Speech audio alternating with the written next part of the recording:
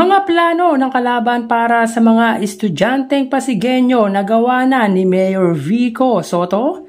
Yan ang pag-uusapan natin patungkol sa kinabibiliban at hinahangaan nating Mayor ng Pasig ngayong araw po yan ng Lunes, April 21. Pero bago yan ay humihiling ako na pakisubscribe ang aking YouTube channel, paki-like and share na din para mas rumami pa po ang makapanood ng video natin. Maraming salamat po sa inyo mga kaparokya. So yun nga mga kaparokya, tila binibida ng kalaban ni Mayor Vico Soto ang mga bagay na ginagawa na po ng butihing mayor para sa mga estudyanteng Pasigueño. So pakinggan po natin ang sinabi ng tumatakbong Vice Mayor ng Pasig from Kaya This na si Iyo Caruncho. Dito ang papayag na bukod sa mga libre natin natatanggap na uniform, school uniform, bag, sapatos, na magkaroon na rin ho ng allowances ang ating pong mga mag-aaral dito sa lungsod ng Pasig. Kahit 500 pesos, kaya ho ng budget ho natin. Kasi malaking tulong din ho para sa ating pong mga magulang. So yun nga mga kaparokya, ayon dito ay bibigyan daw di umano ng 500 pesos allowance at kumpletong gamit sa school ang mga estudyanteng Pasigueño na nag-aaral po sa public. Bagay na alam naman po natin mga kaparokya na ginagawa na po ng incumbent mayor. Kumbaga plano pa lang po mga kaparokya ng kalaban ay nagawa na po ni Mayor Vico Soto. Grabe, sa tila pangako na 500 pesos allowance mga kaparokya. Ano yan, per month or per school year?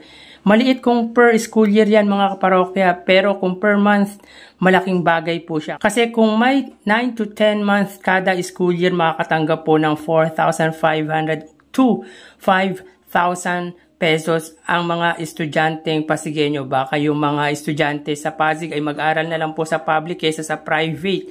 Kaya imposible po ito mga kaparokya. Pero kung per school year yan mga kaparokya na sinasabi ni Vice Mayor or tumatapong Vice Mayor na si Iyo Caruncho, ay maliit po yan kaysa sa binibigay na 1,500 pesos ni Mayor Vico Soto. So imposible po yung per month dahil si Mayor Vico Soto nga na pinag-aaralan muna ang ginagawa o pinapatupad na programa, 1,500 lang ang kayang ibigay per school year. Kayo pa kaya na 500 pesos per month? Di wow yun mga kaparokya. Sobrang yaman na po ng Pasig kung 500 pesos per month. Medyo kasi hindi malinaw ang pahayag kung per month ba or per school year. Pero lahat ng binanggit ng kalaban ni Vice Dodot ay nagawa na po ni Mayor Vico Soto. Kumpletong gamit sa pag-aaral, may sapatos, may pang-PE uniform, school uniform, notebook at kung ano-ano pa. Bakit ngayon mo lang pinagyayabang yan? Di ba mula 2013 hanggang 2022, Vice Mayor ka, bakit di mo nagawa? Dapat noon pa kung talagang may malasakit ka sa kabataang Pasigueño. Ang tagal ng term nito mga kaparokya, 9 years. So nakumpleto po nito yung term niya as Vice Mayor. Pero sa 9 years na yun mga parokya, wala po siyang nagawa. Pero si Mayor Vico Soto natupad at nagawa ng walang pangako. Grabe ang labanan sa Pasig ngayon mga parokya. Nangangako laban sa di nangangako. Puro pangako ang mga team Kaya This, pero ang giting ng Pasig, never mong maririnig sa caucus nila na nangako or gagawin ang mga ganito, ang mga ganyan. Basta ginagawa na lang sa abot ng kanilang makakaya. Halos lahat na po nagawa na ni Mayor Vico Soto at mas paiitingin at palalawakin pa mga kaparokya. Kanya yung mga trapo, yung nangangako ng nangangako. Nakakatawa din kasi parang nahihiya pa siyang banggitin ang gusto niyang sabihin kasi siguro naisip niya na hindi niya nagawa yun nung time na nakaupo siya bilang Vice Mayor. Iniisip ko nga mga parokya, ano kayang ilalagay sa uniform ng Pasig? Mukha ni Diskaya kung manalo?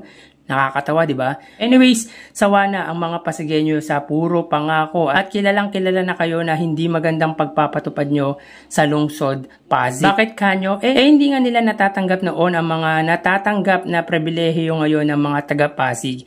Libreng pa-hospital, local pension, napaigting pa po ng paigting, mga magagandang istruktura, maayos na kalsada, malinis na kanal, scholarship para sa mga estudyante at kung ano-ano pa.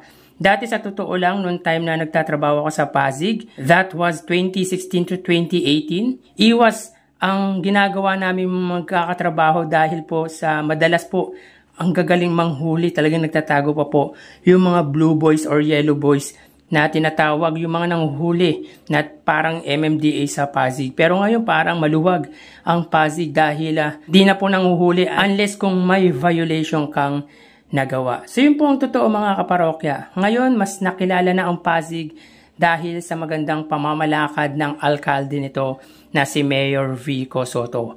Kahit sa among syudad ilagay si Mayor Vico Soto, maganda ang mangyayari sa lugar. Kahit sa Quezon City. Kasi si Mayor Vico Soto mga kaparokya, kakaiba po yung kaisipang meron nito sa pamamalakad. Kahit sinong politiko ilagay sa Pasig, hindi magiging katulad na kay Mayor Vico Soto. Dahil si Mayor Vico Soto lang yung tila parang kakaiba. So hanggang dito na lang po tayo mga parokya. Magsiingat po tayo palagi. Thank you and God bless.